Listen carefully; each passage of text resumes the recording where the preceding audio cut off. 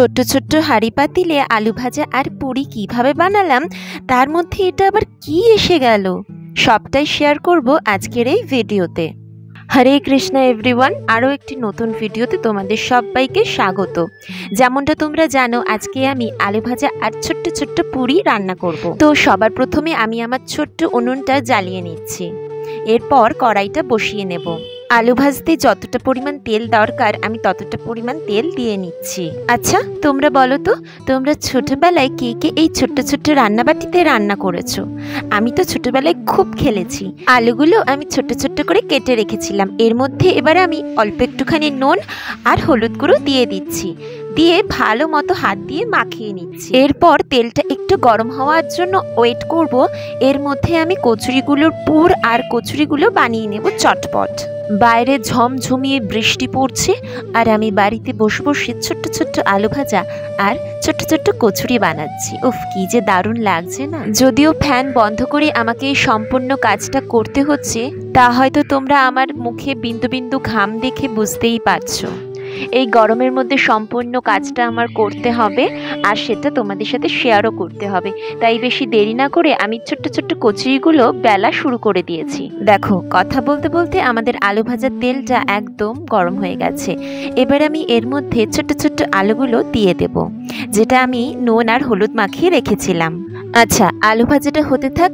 এর মধ্যে আমি যে পার্সেলটা এসছিল সেটা আনবক্সিং করে তোমাদেরকে দেখিয়ে দেই। প্যাকেটটা খুলতে খুলতে আমি আবার আলু ভাজাটা অল্প একটু করে নেড়েও দিচ্ছি। উফ বাপু, সব দিকে আবার খেয়াল রাখতে হয়, এত পারিনি কো। আশা করি তোমরা বুঝতেই পেরে গেছো এটা কি।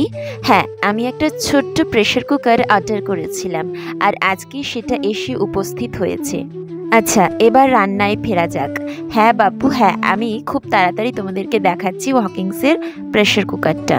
আর একটা কথা তোমাদেরকে না বললেই নয়, যেহেতু আমি গরমের মধ্যে রান্না করছিলাম সেই কারণে প্রচণ্ড গরম লাগছিল আর গ্যাসটা দিয়ে একটা হালকা ধোঁয়ার মতো উঠছিল, যেটা না প্রচণ্ড নাক মুখ জ্বালা করছিল, প্রচণ্ড কষ্ট হচ্ছিল নিঃশ্বাস নিতে। ভাবছিলাম তোমাদেরকে এই কথাটা বলবো না, ভিডিওটাও কাট করে বাদ দিয়ে দেবো, কিন্তু তারপরে ভাবলাম তোমাদের সাথে সবটাই শেয়ার করা উচিত, কারণ তোমরা আমার পরিবারের একটা সদস্য। আচ্ছা, তোমাদেরকে বলছিলাম না এই মিনি প্রেসার কুকারটা ভালো করে দেখাবো, তো দেখো আমি এটা খুলেও তোমাদেরকে দেখাচ্ছি। দেখো, কথা বলতে বলতে আমাদের আলু ভাজাটা একদম কমপ্লিট হয়ে গেছে। তো আমি আলু ভাজাটাকে তুলে নিচ্ছি একটা ছোট্ট প্লেটে। আলু ভাজাটা হয়ে গেছে, এবারে আমি কচুরিগুলোকে ভেজে নেব। দেখো, কথা বলতে বলতে কচুরির একটা পিঠ হয়ে গেছে, তাই আমি কচুরিটাকে উল্টে দিলাম যাতে ভালো মতো আমাদের কচুরিটা রান্না হয়ে যায়। কচুরিটা হয়ে গেছে, এবারে আমি আলুর তরকারিটা বসিয়ে নেব। তো আলুর তরকারিটা করার জন্য প্রথমেই আমি কড়াইতে একটুখানি কালো জিরে ফোড়ন দিয়ে নিচ্ছি, তারপরে আলুতে নুন হলুদ মাখিয়ে রেখেছিলাম সেই আলুটা দিয়ে দিচ্ছি। তারপরে একে একে তরকারিতে যেরকম আর কি মশলাপাতি যা যা দিতে হয় তাই তাই দিয়ে আমি আলুর তরকারিটা একদম রেডি করে ফেলেছি।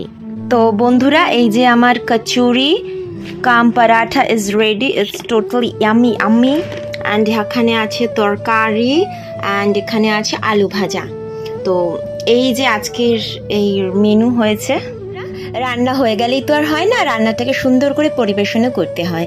তার জন্য এখানে আলু ভাজার সাথে সুন্দর করে আমি এই জিনিসগুলো সব সুন্দর করে সাজিয়ে নিচ্ছি, আর এই তরকারিটার সাথে এই দুটো পরাঠা কাম কচুরি। তো এই যে এটা রেডি, প্লাস এটাও রেডি। তো আর এখানে খালি কড়াইটা পড়ে রয়েছে, এটাকে সরিয়ে দেব। তো কেমন লাগলো আজকের ভিডিওটা তোমাদের সবার? সবাই সুস্থ থেকো, ভালো থেকো। রাধে রাধে।